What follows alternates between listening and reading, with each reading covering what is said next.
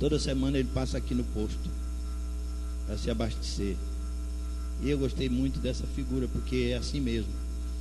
E não precisa só abastecer na igreja. Você pode também vir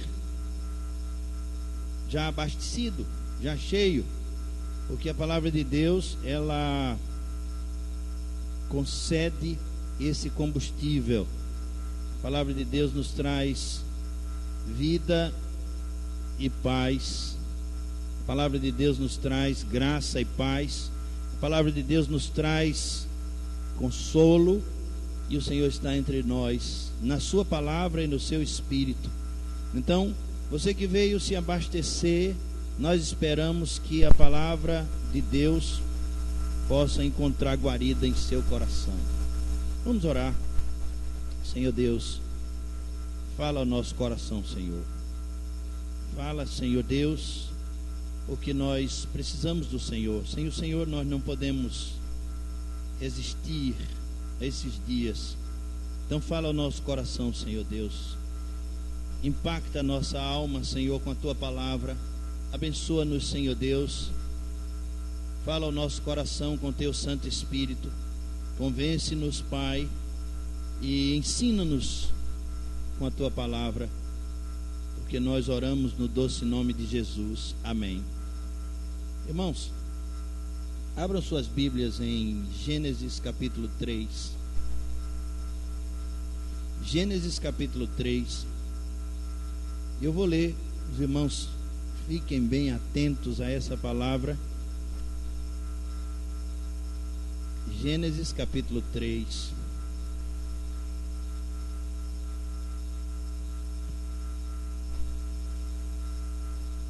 A palavra de Deus diz assim: mas a serpente, mais sagaz que todos os animais selváticos que o Senhor Deus tinha feito, disse à mulher: é assim que Deus disse: não comereis de toda a árvore do jardim? Respondeu-lhe a mulher: do fruto das árvores do jardim podemos comer, mas do fruto da árvore que está no meio do jardim, disse Deus: dele não comereis, nem tocareis nele, para que não morrais.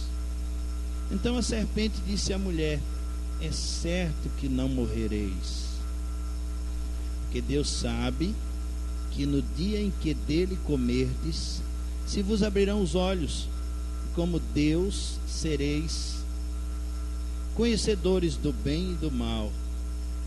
Vendo a mulher que a árvore era boa para se comer e agradável aos olhos, árvore desejável para dar entendimento, tomou-lhe do fruto e comeu, e deu também ao marido, e ele comeu.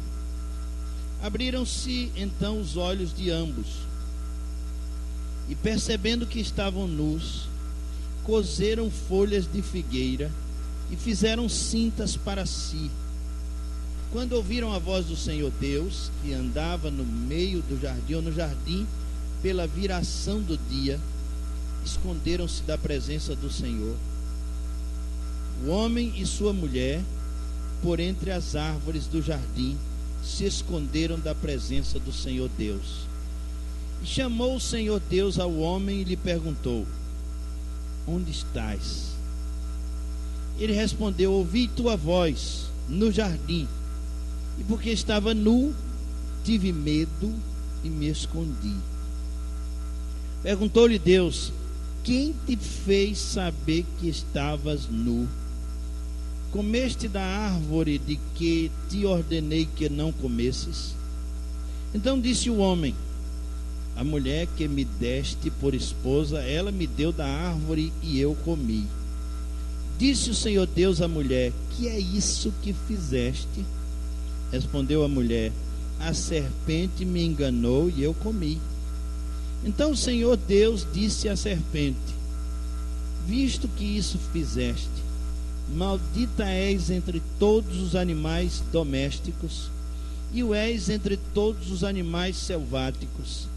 Rastejarás sobre o teu ventre, comerás pó todos os dias da tua vida. Porém inimizade entre ti e a mulher, entre a tua descendência e o seu descendente. Este te ferirá a cabeça e tu lhe ferirás o calcanhar. E a mulher disse: multiplicarei sobremodo os sofrimentos da tua gravidez. Em meio de dores darás à luz filhos. O teu desejo será para o teu marido, e ele te governará. E Adão disse: visto que atendeste a voz de tua mulher, e comeste da árvore que eu te ordenara não comesses, maldita é a terra por tua causa. Em fadigas obterás dela o sustento durante os dias de tua vida. Ela produzirá também cardos e abrolhos, e tu comerás a erva do campo. No suor do teu rosto comerás o teu pão, até que tornes a terra, pois dela foste formado, porque tu és pó e ao pó tornarás. E deu o homem o nome de Eva à sua mulher, por ser a mãe de todos os seres humanos. Fez o Senhor Deus vestimenta de peles para Adão e sua mulher, e os vestiu. Então disse o Senhor Deus: eis que o homem se tornou como um de nós, conhecedor do bem e do mal, assim que não estenda a mão e tome também da árvore da vida, e coma e viva eternamente. O Senhor Deus, por isso, o lançou fora do jardim do Éden, a fim de lavrar a terra de que fora tomado. E expulso o homem, colocou querubins ao oriente do jardim do Éden, e o refugir de uma espada que se revolvia para guardar o caminho da árvore da vida. Deus como adversário. Deus como adversário. Deus passou a ser o adversário, e o homem passou a ser inimigo de Deus, expulso, porque todos pecaram e destituídos estão da glória de Deus. Então, essa história verídica que aconteceu no início de tudo, não sabemos há quantos anos atrás, acontece todos os dias. Todos os dias comemos a fruta proibida quando decidimos por nós mesmos o que é bom ou mal, sem consultar Deus. Se você faz a sua vidinha sem consultar Deus, todos os dias você come da fruta proibida, todos os dias você desobedece a Deus, todos os dias você se caracteriza como fora da glória de Deus, expulso, afastado, desviado, inimigo de Deus. Todos os dias, quando decidimos por nós mesmos o que é bom ou mal, o bem e o mal é determinado por Deus. O certo e o errado, quem decide é o Senhor, não é você. Você não pode decidir entre o certo e o errado, conforme o que você pensa, de acordo com a sua inclinação. Não é você que decide. Isso é comer a fruta. Isso é comer o fruto proibido. Isso é desviar-se, afastar-se, estar fora, abdicar da glória de Deus, abdicar da presença de Deus, abdicar da comunhão com Deus. Você está fora, irremediavelmente fora. Você, por vontade própria, não volta para Deus, porque o seu instinto, a sua natureza é pecaminosa.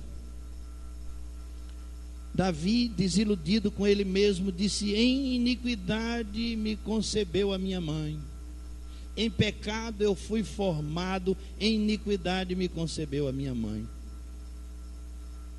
Nós fomos expulsos do paraíso, passamos a morar fora da nossa casa original.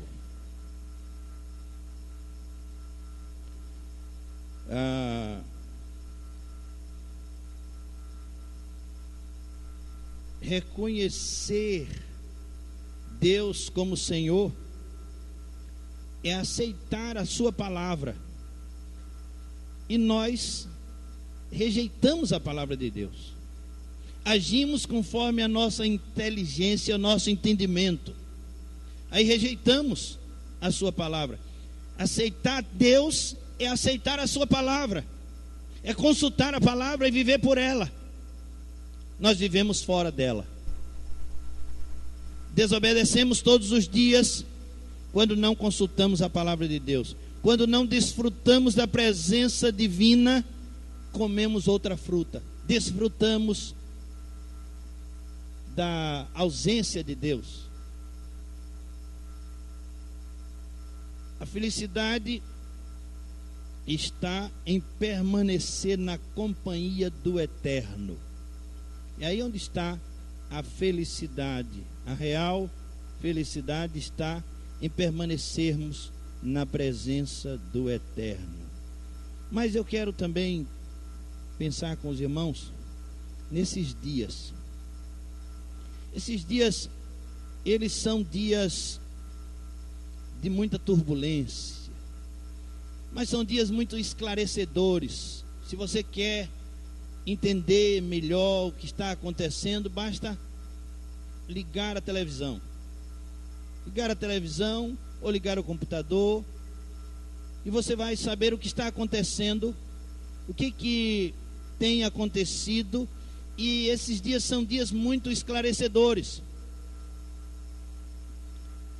Os grandes conflitos mundiais, grande conflito milenar. Um dia, Rebeca estava grávida e ela tinha gêmeos no seu ventre. E quando a parteira ficou diante de Rebeca para receber o bebê, saíram dois, um agarrado no pé do outro, Esaú e Jacó. Jacó já tinha a índole má, perversa, assim como Esaú, e ele sai agarrado no pé do irmãozinho, e o nome dele se torna Jacó por causa disso. É aquele que suplanta, aquele que pega no pé do outro para tomar o que ele tem. E aí eles crescem, os meninos crescem inimigos, irmãos inimigos,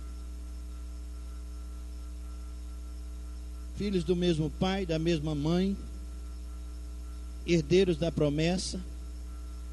Mas a palavra de Deus diz assim, em Malaquias capítulo 1, de 1 a 5. Malaquias está no Antigo Testamento, é o último livro do Antigo Testamento, pertinho de Mateus. Malaquias capítulo 1. Diz assim o Senhor: sentença pronunciada pelo Senhor contra Israel por intermédio de Malaquias. Eu vos tenho amado, diz o Senhor, mas vós dizeis: em que nos tens amado?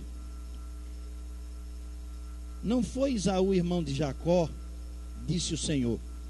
Todavia amei a Jacó, porém aborreci a Esaú. E fiz dos seus montes uma assolação, e dei a sua herança aos chacais do deserto. Irmãos, parece que Deus está nessa guerra. Parece que Deus está nessa guerra. A atualidade desse texto nos dá calafrios.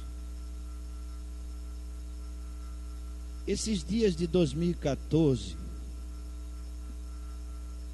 amei a Jacó e aborreci a Esaú. Esses dias de 2014 mostram visivelmente, claramente, ilustram isso que nós dissemos no início. O homem está expulso da presença de Deus, está fora fora da presença de Deus, fazendo o que é mal, decidindo por si só, matar, destruir. É um exemplo disso, é uma ilustração disso. Esses dias de 2014 têm se parecido muito com os dias da volta de Jesus. Muito, porque apesar de em vários momentos da história humana se repetirem tantas guerras, tantos terremotos, tantas epidemias, tanta divisão de famílias, já aconteceu isso em tantas vezes, mas agora acontece mais do que nunca. Mais do que nunca. O fim está próximo. Dias que antecedem o arrebatamento da igreja. É o que parece. É o que parece. Dias que preparam o cenário para o surgimento do anticristo. Esses dias de conflito entre Israel e Esaú, Jacó e Esaú, continuam brigando. Irmão, lá atrás Esaú fez uma promessa. Ele disse: quando meu pai morrer, eu vou matar meu irmão.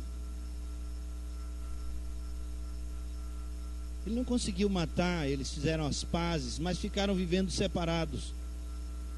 Só que seus filhos continuaram brigando, estão brigando até hoje. Estão se matando até hoje. Dias que preparam o cenário para o surgimento do anticristo. Israel está em evidência.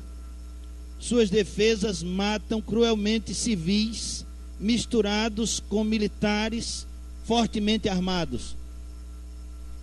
O Hamas é um grupo político suicida que domina o povo palestino, que briga pela nacionalização dos palestinos. O Hamas é suicida e ele constrói as suas defesas e os seus ataques em escolas, em condomínios, porque ele quer fazer com que o mundo inteiro veja a crueldade de Israel, a maldade de Israel. Mas eles são farinha do mesmo saco. Eles são farinha do mesmo saco.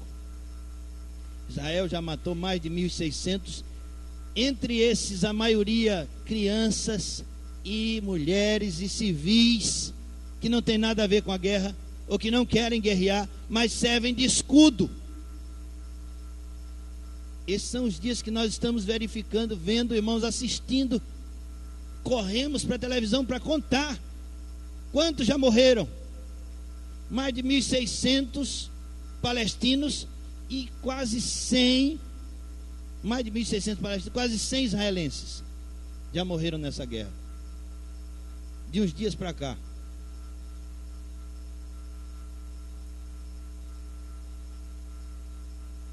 Túneis são abertos para canalizar a estratégia de retomada das terras. Israel, depois que tornou-se nação novamente, em 1948, tem crescido. Eles são muito ricos. E nesse período que passaram dispersos, enriqueceram mais ainda. E voltaram para o seu país de origem muito ricos. E eles compraram terras, e eles construíram condomínios, e eles se apossaram da terra. Mas os palestinos não aceitam ser tirados da sua terra. Eles não aceitam o juízo. E eles se armam e cavam túneis, porque Israel cercou toda a sua faixa territorial com muros. Você já viu muros? Altos muros ao redor de Israel, para excluir o palestino. Mas eles estão cavando túneis, e eles estão infiltrados ali, e eles estão colocando bombas, e eles são terroristas, e eles querem a terra deles, que eles acham que é deles, mas que é uma terra que foi comprada por Abraão, Isaac, Jacó. Eles eram grandes negociantes, Deus foi abençoando eles, eles foram crescendo, foram comprando terras. Mas os palestinos não saíram, os filisteus naquela época não saíram de ao redor. E hoje está essa guerra que a gente tem visto aí, irmãos. Túneis são abertos para canalizar a estratégia de retomada das terras antes pertencentes ao povo árabe, que viveu como se Israel houvesse sido extinto. O povo árabe viveu lá na Palestina como se Israel houvesse sido extinto. Não vão voltar, a terra é nossa. Quem assistiu aquele filme Cruzada viu os sarracenos ao redor de Jerusalém para destruir Jerusalém, para entrar em Jerusalém, para conquistar Jerusalém. E essa guerra já vem anos e anos e séculos a fio. No entanto, o povo hebreu espalhado pelo mundo após a Segunda Guerra Mundial, que matou 7 milhões de judeus, começou a voltar depois da guerra, e voltar mais rico. Em 1948, instalaram o Estado de Israel, o Estado judeu, e ao redor está o inimigo, e dentro e fora está o inimigo. Eles compartilham o turismo, os monumentos turísticos, eles compartilham. O Muro das Lamentações é dos judeus. A esplanada do templo é dos muçulmanos.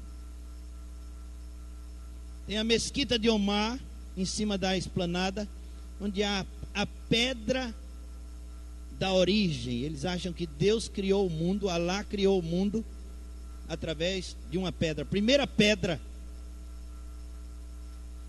E eles têm ali dentro também o seu santuário, assim como Israel. O corpo de Davi, o corpo de Absalão, que eles veneram e oram e rezam o tempo todo ali. Mas, irmãos, o inimigo está dentro e fora dos muros, e as crianças nascem para se vingar. Criança dos judeus nasce para se vingar dos palestinos, e a dos palestinos nasce para se vingar dos judeus. Você viu agora há pouco uma mãe que foi morta, e eles fizeram uma cesárea, um parto cesariano, e tiraram o bebê ali, uma menina. Aquela menina nascendo, ela vai ser inimiga dos judeus, claro. A mãe dela foi assassinada, vão colocar no coração dela inimizade, violência, vingança.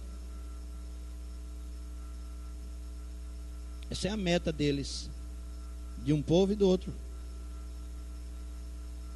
Mas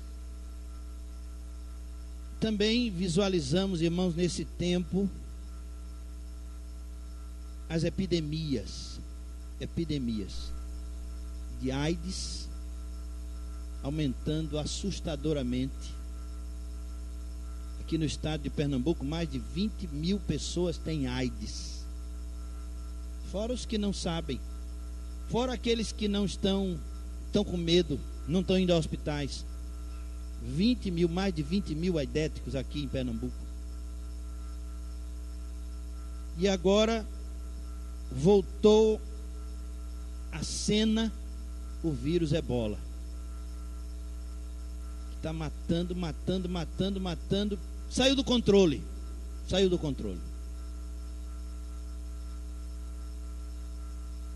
Mas, irmãos, essas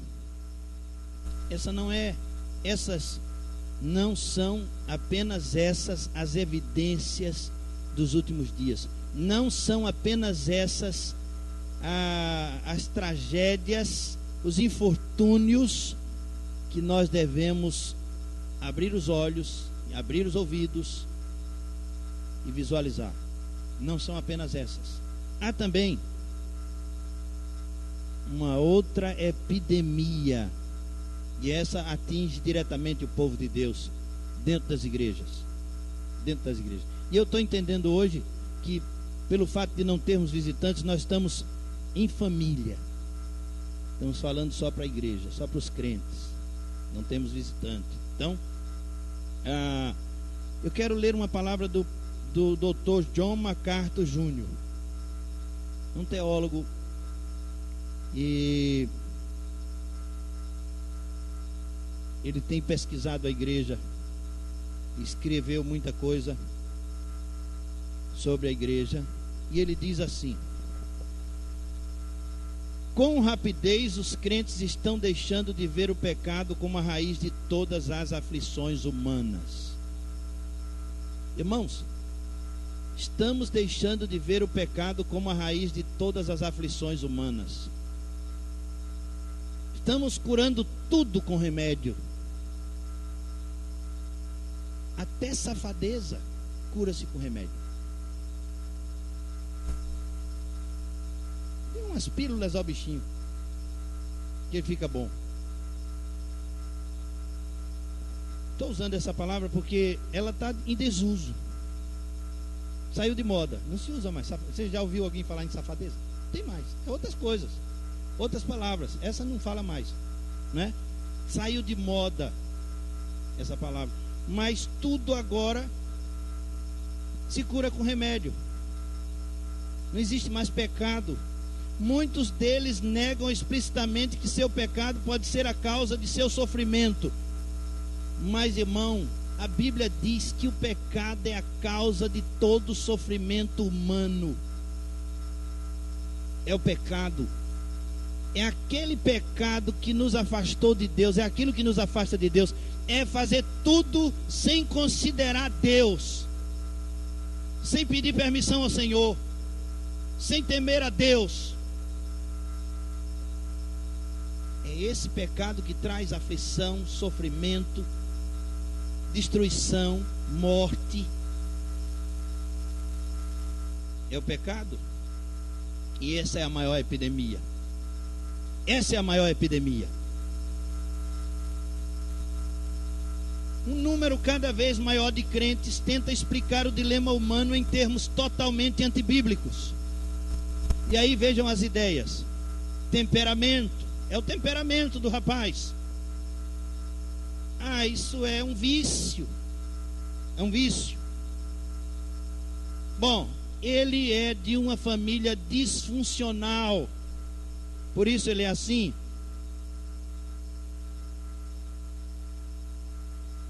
Há também aqueles que dão valor à criança interior. Irresponsabilidade generalizada, individual e coletiva. Criança interior.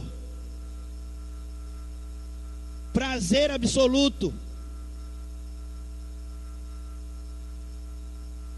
A soberania do prazer. Ou você dá à criança o que ela quer, ou ela cai no chão, esperneia. Mas é a criança interior. A codependência. Tudo isso é mecanismo de escape. Mecanismo de escape para que o homem não encontre o caminho de volta. São mecanismos de escape para que o homem não encontre o caminho de volta. O impacto potencial dessa inclinação, diz John MacArthur, é assustador.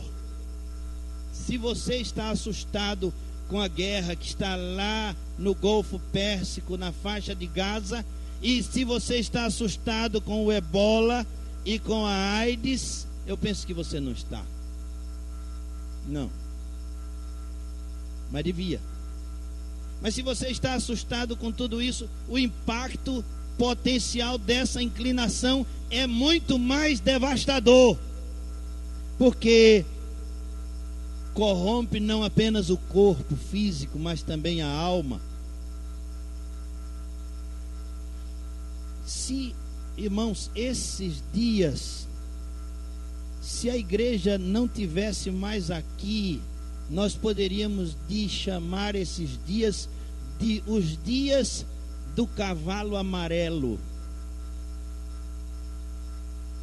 O cavalo amarelo é um cavalo que tem em Apocalipse capítulo 6, quando Jesus vai abrindo os selos, um dos selos aberto, ele traz revelado o cavalo amarelo. E esse cavalo amarelo, veja aí, Apocalipse 6, a partir do verso 7. Quando o cordeiro abriu o quarto selo, ouvi a voz do quarto ser vivente dizendo: vem. E olhei, e eis um cavalo amarelo, e o seu cavaleiro, sendo este chamado Morte.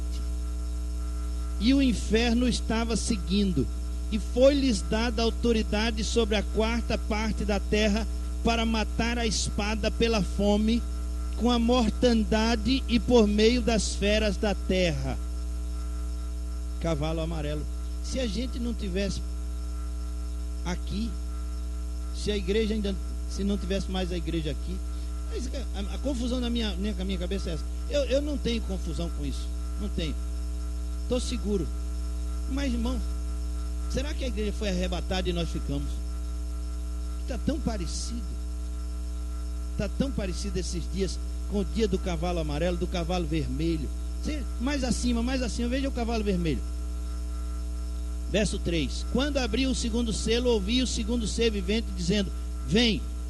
E saiu outro cavalo vermelho, e ao seu cavaleiro foi-lhe dado tirar a paz da terra, para que os homens se matassem uns aos outros. Também lhe foi dada uma grande espada. Não parece com esses dias? Aí a gente fica pensando, será que a igreja foi e a gente ficou, irmão? Nós estamos vivendo no tempo do anticristo e não sabemos? Não, irmão, não é não. Fique tranquilo que não é não. Agora não fique muito tranquilo não. Não fique muito tranquilo não. Porque vai chegar esse dia. Vai chegar esse dia e está próximo. E se você não estiver preparado, se você não estiver salvo de verdade, com o coração em Deus, com Deus morando dentro de você, se o que você tem na sua mente e na sua vida cristã é religiosidade barata, você vai ficar. Você vai ficar. E você vai passar por... Você sabe o que é isso que nós estamos vivendo hoje? É uma amostra grátis do que será os dias da grande tribulação. Uma amostra grátis. Amostra grátis. Dá para saber, irmãos, que é muito pior do que isso. E no mundo inteiro, nós estamos vendo localizado lá em Israel essa guerra. Mas, irmãos, o mundo está olhando para Israel como nós estamos olhando. Israel está matando. Você já viu? Você não fica constrangido quando você vê uma mulher daquela com aqueles panos todos, com aquela burca, pedindo misericórdia na televisão, nas câmeras, diante das câmeras? Venham nos socorrer, eles estão nos matando. Você não fica pesado com isso? Eu penso que nós estamos vivendo um tempo de desumanização. Porque houve tempo, irmãos, houve tempo. Isso eu estou falando da igreja para a igreja. Houve tempo que quando você via alguém cair, você sentia aquela dor aqui, como se você tivesse caído. Houve tempo, irmãos, que quando você via alguém sendo morto, esfaqueado, alguma coisa assim, violenta, você também era violentado de alguma forma. Quando você via um acidente no trânsito, você sentia aquele peso, aquele choque. Isso é porque nós somos um, irmãos. A humanidade, ela vem de um toco único. A ciência já diz isso. Lá na África nasceu o primeiro Adão, a primeira mulher, e nós somos decorrência. A nossa história começa lá. Estamos vivendo um tempo de desumanização. Não nos preocupamos mais, isso não nos atinge mais. É só estatística. Não vemos mais a morte do outro como a nossa própria morte. E aí, estamos vivendo esses dias, irmãos. Estamos vivendo esses dias que são uma amostra grátis do que será daqui a algum tempo, pouco tempo, muito pouco tempo. Remova, diz o MacArthur, remova a realidade do pecado e você exclui a possibilidade de arrependimento. Anule a doutrina da depravação humana e você invalida o plano divino de salvação. Minimize o pecado e você anula a cruz. Esse é o mal maior que está se abatendo entre nós nesse tempo. Esse é o mal maior. Não é o ebola. O vírus maior é o vírus do relativismo. É achar que está tudo bem. Os meninos e meninas podem fazer o que quiserem antes de casar, que é besteira. Isso aí é ultrapassado. Condenar isso, falar contra isso é ultrapassado.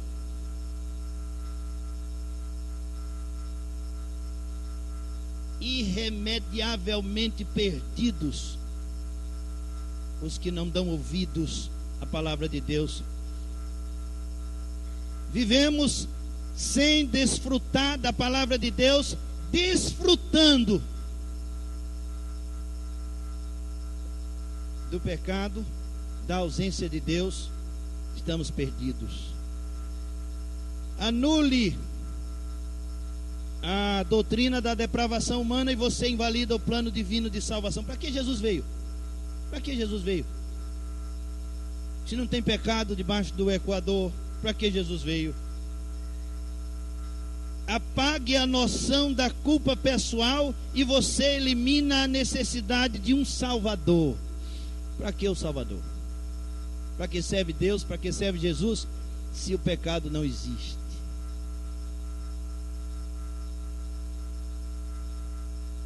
E aí, irmãos, eu volto para o início de tudo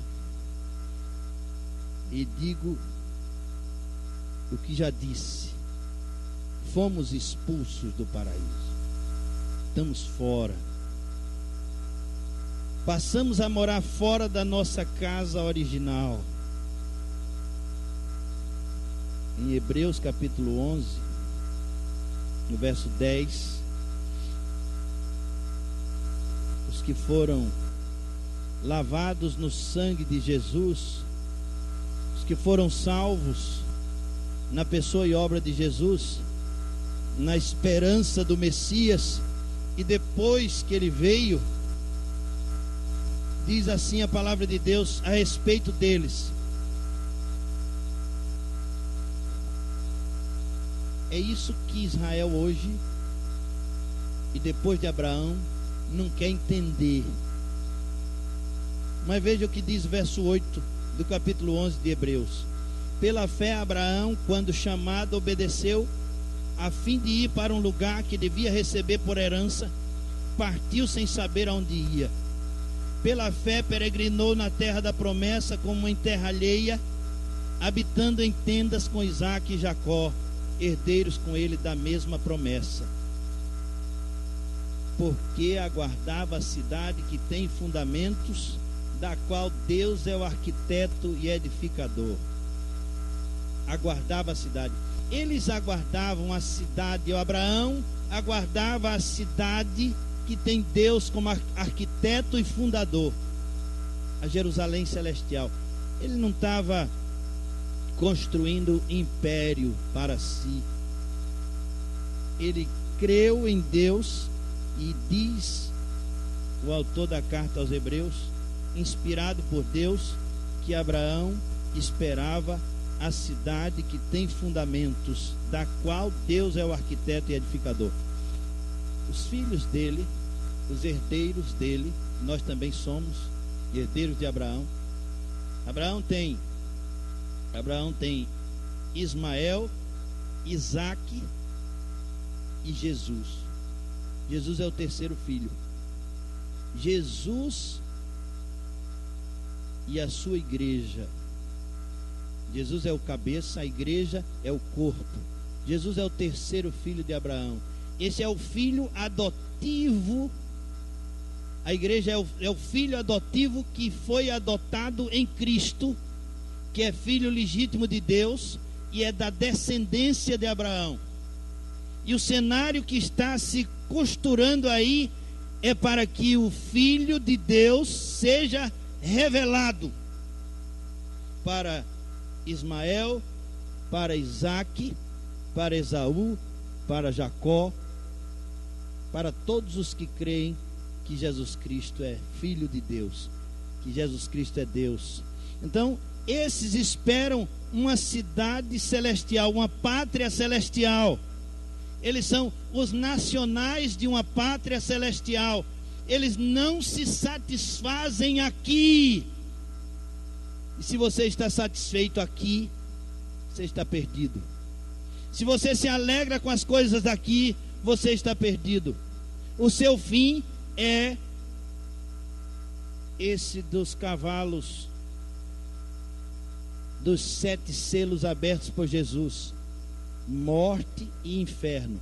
Se você se satisfaz com isso tudo que há aqui, se você não se entristece com o seu próprio pecado, se você não aborrece a sua própria condição de pecador, você nunca vai achar o Salvador apetitoso, desejável. Você nunca vai abrir o coração para Deus. Mas Jesus, quando estava lá na cruz, ele esteve entre 2 malfeitores. E somente por graça, só por graça, Lucas capítulo 23, só por graça, Jesus estava entre 2 malfeitores. E pela graça é que foi preservado esse diálogo entre ele e os malfeitores. Verso 39 diz assim, de Lucas 23: um dos malfeitores crucificados blasfemava contra ele, dizendo: não és tu o Cristo? Salva-te a ti mesmo e a nós também. Respondendo-lhe, porém, o outro repreendeu, dizendo: nem ao menos temes a Deus, estando sob igual sentença? Nós, na verdade, com justiça, porque recebemos o castigo que os nossos atos merecem, mas este nenhum mal fez. E acrescentou: Jesus, lembra-te de mim quando vieres no teu reino. Jesus lhe respondeu: em verdade te digo que hoje estarás comigo no paraíso. Hoje estarás comigo no paraíso. É a volta. É a volta. Eu estive em uma situação há uns 30 anos atrás, lá em Natal. Eu fui com pouco dinheiro passar uma semana em Natal e fui fazer umas provas, estudar. E meus irmãos, o dinheiro acabou, faltando 3 dias para terminar a semana. 3 dias. E só tinha de manhã um ovo, um pão e um copinho de café. E o resto do dia era beber água, muita água. Foi assim que eu passei aqueles 3 dias. Eu já tinha comprado a passagem de volta.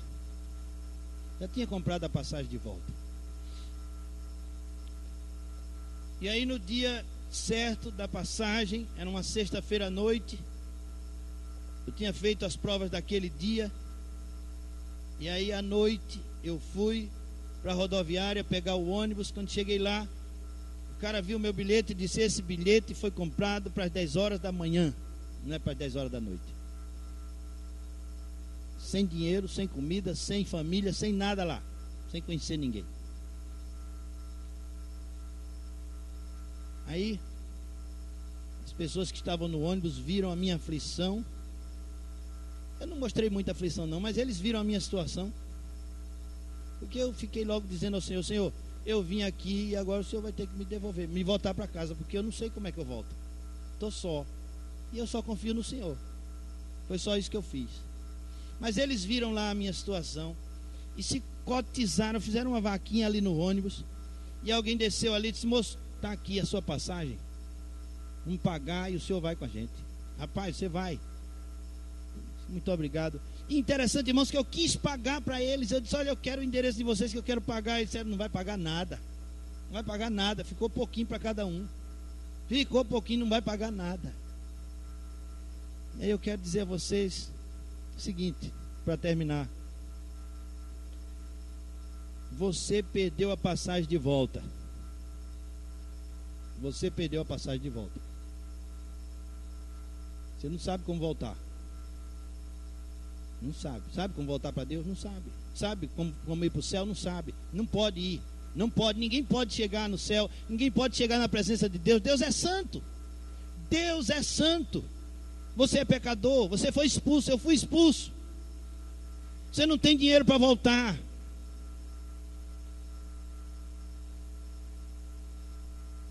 Agora, alguém quer pagar a sua volta. Alguém quer pagar a sua volta.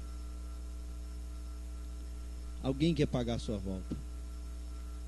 E o seu parente, a sua família, o seu pai, lhe aguarda do outro lado. E ele mandou lhe buscar. Essa é a obra de Jesus. Irmãos, essa é a história da gente. É assim. Você está perdido? Seu pai mandou buscar você. Já ouviu isso? Já ouviu dizer isso em algum momento? Em alguma história desse tipo? Seu pai mandou buscar você. Essa é a nossa história. Essa é a história da salvação. O homem está perdido nessa terra. Um dia eu disse isso, pregando o evangelho lá no Janga, há um bocado de anos atrás. O homem disse: eu perdido? Estou perdido nada, rapaz. Eu tenho endereço, eu tenho família, eu tenho casa, eu tenho isso. Está perdido. Você está perdido. Não é fácil reconhecer que está perdido. Isso é obra do Espírito Santo. Você pode até reconhecer que é pecador, mas que está perdido, que está fora da graça de Deus, da glória de Deus, isso é obra do Espírito Santo. E eu digo a você uma coisa: se o Espírito Santo de Deus está tocando no seu coração, está dizendo a você: você está perdido, você precisa de Deus, o seu fim é morte e inferno. Se o Espírito Santo falou isso ao seu coração, se você ficou incomodado com isso, então você precisa pedir ao Senhor: Senhor, quero voltar, Senhor, quero voltar, quero acertar minhas contas com o Senhor. Em nome de Jesus, me recebe, Senhor. É só por Jesus, irmãos. Só através de Jesus. Não tem outro caminho. Jesus disse: eu sou o caminho, a verdade e a vida. Ninguém vem ao Pai senão por mim. Vamos orar? Já que aqui só tem crente, não tem ninguém que não tenha salvação. Está todo mundo salvo. Eu duvido muito, mas vou considerar assim. Então nós vamos orar. Depois nós podemos cantar. Podemos cantar uma música. Fique um pouquinho. Não vou insistir hoje. Porque só tem crente, não tem visitante. Então, nós vamos orar. Baixe sua cabeça, vamos orar. Senhor Jesus, Sei que sou pecador, Senhor. Senhor Jesus, eu confesso meus pecados, quero deixá-los na tua presença, diante do Senhor. Para o Senhor incinerar, fazer o que o Senhor quiser, jogar no mar do esquecimento. Quero que o Senhor perdoe os meus pecados, Senhor, porque eu vivo em angústia, em aflição. Eu não posso viver longe do Senhor. Eu amo o Senhor. Eu quero viver para a sua glória. Eu quero participar, Senhor Deus, do banquete celestial. Eu quero me assentar, Senhor Deus, na mesa com Abraão, Isaque e Jacó. Senhor Deus, eu quero esse negócio de salvação para mim. Eu quero, Senhor Deus, a vida eterna que o Senhor tem para aqueles que o Senhor ama. Senhor, me escolha, Senhor, me aceite, Senhor. Tem compaixão de mim, Senhor. O Senhor sabe que eu errei e continuo errando.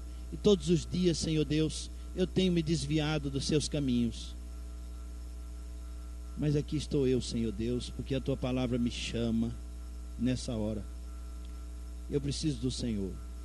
Renova as minhas forças. Abre a porta, Senhor, para mim. Recebe-me, Senhor Deus, em nome de Jesus. Amém, Senhor Deus. Amém. Vamos ficar em pé, irmãos, vamos cantar.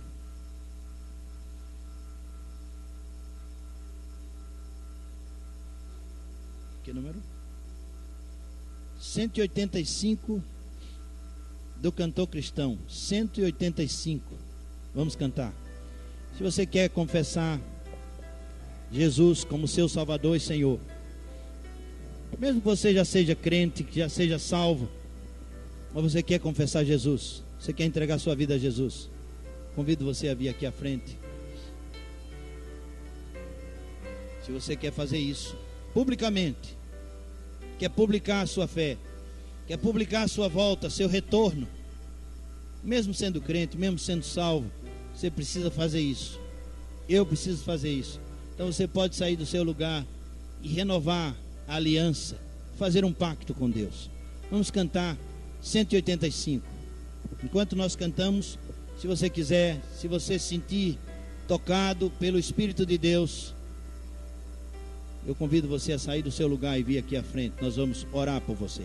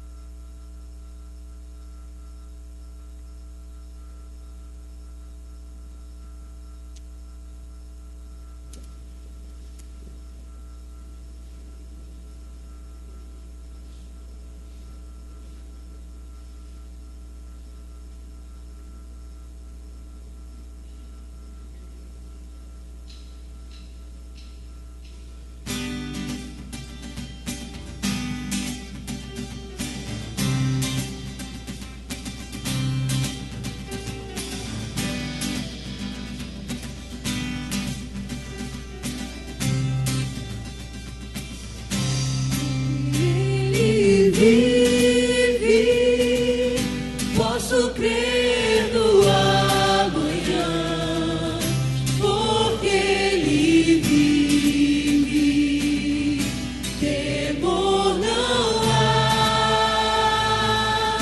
mas eu bem sei que a minha vida está nas mãos do meu Jesus, que vive está. Deus enviou seu Filho amado para morrer em meu lugar, na cruz sofreu por meus pecados, mas o sepulcro vazio está, porque Ele vive,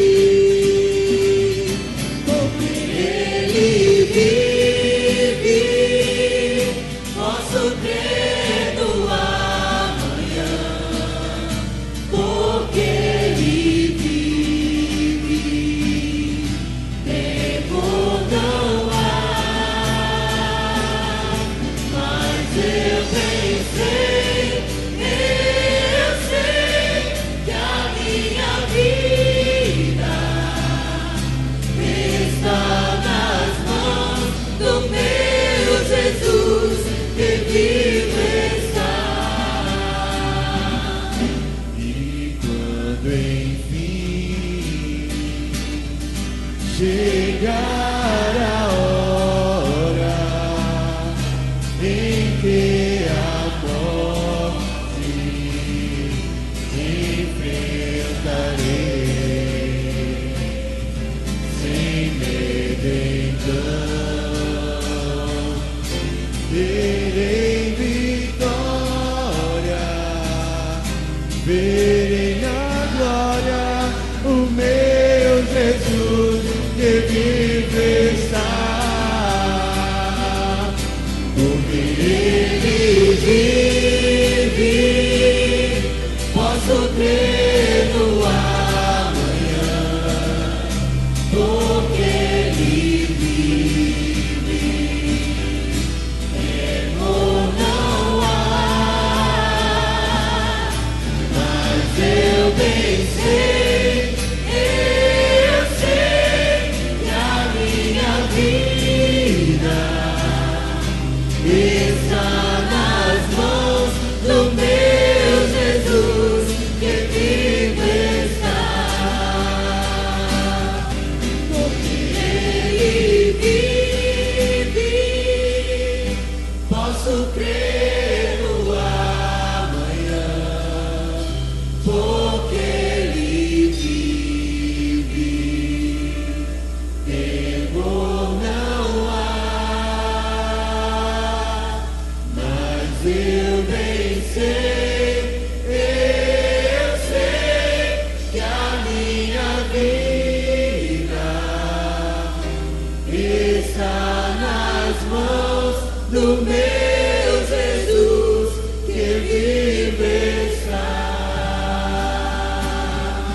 porque Ele vive, posso crer no amanhã, porque Ele vive, temor não há, mas eu bem sei que a minha vida está nas mãos do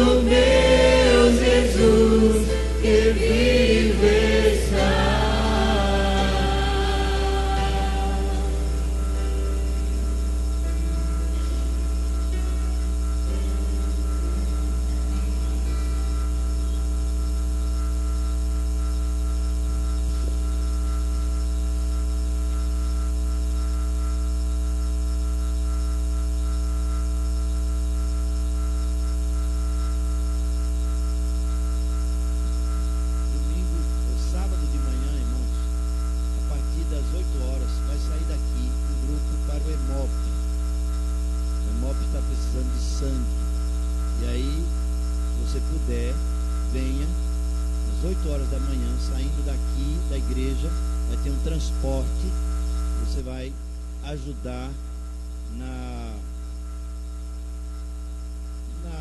doação de sangue, fazendo doação de sangue, tá certo? Pro Hemop. Eu ia dizer na armazenação de sangue, mas na doação de sangue mesmo, porque eles estão precisando. O armário do Hemop não é armário, é o que é? Banco de sangue do Hemop está precisando de você, está precisando de nós, tá certo? Então sábado de 8 horas da manhã, se você puder doar sangue, venha para cá, que vai sair um grupo daqui. Esse grupo todinho aqui vai, ó. Um bom grupo aqui que vai. E aí você também pode ir, tá certo? 8 horas da manhã, próximo sábado.